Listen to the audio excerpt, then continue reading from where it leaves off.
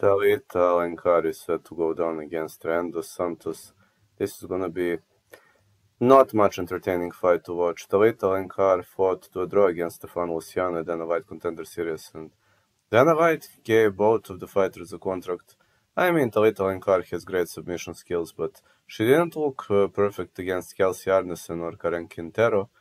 But Rayan dos Santos, 14-6-0, she reached UFC 5'2", 62 inches of reach, and her opponent is smaller, 5'1", 58.5 inches of reach. But I believe Rayan dos Santos is also a great ground fighter, and her trademark are arm bars.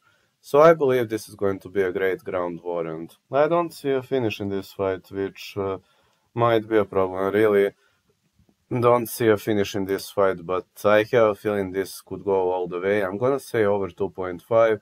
I believe Thalita Alencar showed better endurance back in Dana White Contender Series. She didn't gas out, so I would say Alencar decision, but my prediction over 2.5.